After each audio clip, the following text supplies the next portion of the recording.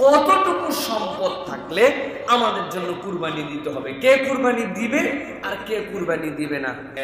আপনারা জেনে রাখবেন, কুরবানির ঈদের দিনে তথা ঈদুল আজহার দিনে আল্লাহর কাছে সবচেয়ে প্রিয় ইবাদত হচ্ছে আল্লাহর জন্য কুরবানি করা। এটাই সবচেয়ে ফজিলত। কুরবানির দিনে সর্বশ্রেষ্ঠ ইবাদতের নাম হচ্ছে কুরবানি করা। রাসূলুল্লাহ সাল্লাল্লাহু আলাইহি সাল্লাম বলেন, মান ওয়াজাদা সাআতান লিআন ইউদহিয়া ফালাম ইউদহি ফালা ইয়াহফার মুসাল্লানা। কারো কুরবানি করার সামর্থ্য থাকে কুরবানির ঈদের দিনে, আর সে তারপরে আল্লাহর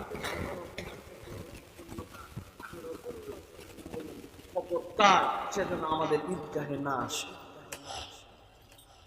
কুরবানি করার ক্ষমতা আছে, আল্লাহ রাব্বুল আলামিন তাকে সামর্থ্য দিয়েছেন, সামর্থ্য থাকার পরেও কুরবানি দিল না। আল্লাহ নবী বলছেন সে যেন আমাদের ঈদগাহে না আসে। এটা কত বড় ধমকি, আপনি বুঝছেন? সুতরাং কুরবানি অত্যন্ত একটা দামি এবং ফজিলতপূর্ণ একটা ইবাদত। সুন্নতে ইব্রাহিম, সুন্নতে নবীনা মুহাম্মদ সাল্লাল্লাহু আলাইহি সাল্লাম যে কাজ করবে সে আমাদের দুই পয়গম্বরের সুন্নতকে জিন্দা রাখার সওয়াব পাবে ইনশাআল্লাহ।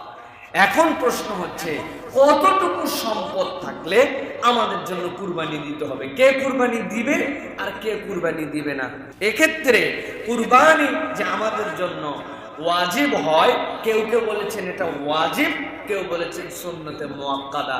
বেশিরভাগ ফুকাহায়ে কেরামের মধ্যে সুন্নতে মুআক্কাদা এখানে মুখাতেব এখানে হচ্ছে ওয়াজিব। আমাদের জন্য কুরবানি করাটা ওয়াজিব। কার জন্য? মুসলিম যদি হয়, বালেগ যদি হয়, সম্পদশালী যদি হয়, তার সজ্ঞান যদি হয়। এখন সজ্ঞান তো হয়, বালেগ তো হয়, মুসলিম তো হয়, সম্পদশালীর সংজ্ঞা কোন পরিমাণ সম্পদ থাকলে একজন মানুষের জন্য কুরবানি করা হবে। এক্ষেত্রে ফুকাহায়ে কেরামের মতামত হচ্ছে, কোন ব্যক্তি যদি কুরবানির যে 3 দিন, এই 3 দিনের মধ্যে সাহেবে নেসাব হয়ে যায়। সাহেবে নেসাব মানে 1 বছর যে সম্পদ থাকার পরে আপনার জন্য যাকাত ওয়াজিব হয়, যাকাত ওয়াজিবের জন্য সময় যেরকম 1 বছর সম্পদের পরিমাণ আছে, ওই পরিমাণ সম্পদকে 3 দিনের মধ্যেও তাহলেই তার প্রতি কুরবানি ওয়াজিব হবে। পরিমাণটা কি? পরিমাণটা হচ্ছে 7.5 ভরি স্বর্ণ অথবা 52.5 তোলা রৌপ্য অথবা এতদুবয়ের সমন্বয়ে আপনার কাছে সম্পদ।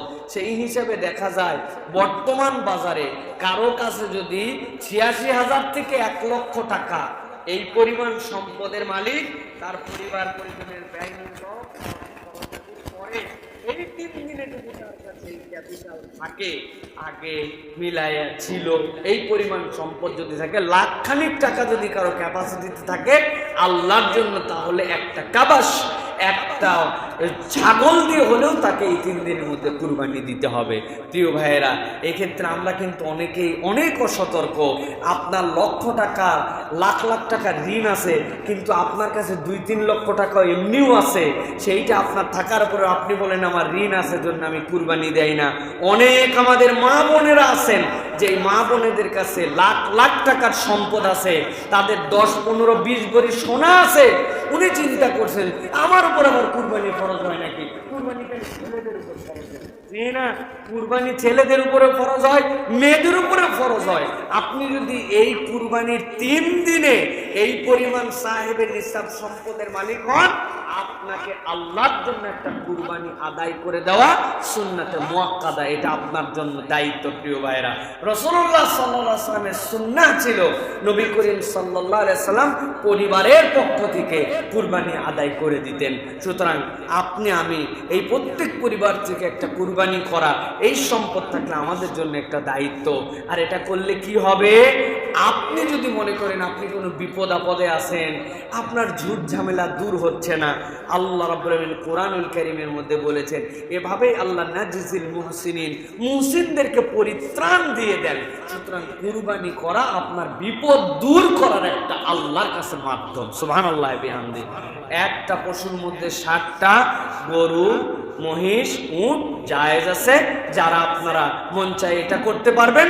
কিন্তু রাসূলুল্লাহ সাল্লাল্লাহু আলাইহি সাল্লামের ব্যক্তিগত আমল ছিল দুটা তাজা সবল অনেক শক্তিশালী বড় কাটান দেওয়া যায় ছাগল, এই ছাগল রাসূলুল্লাহ সাল্লাল্লাহু আলাইহি সাল্লাম কুরবানি দিতেন, দুইটা দিতেন।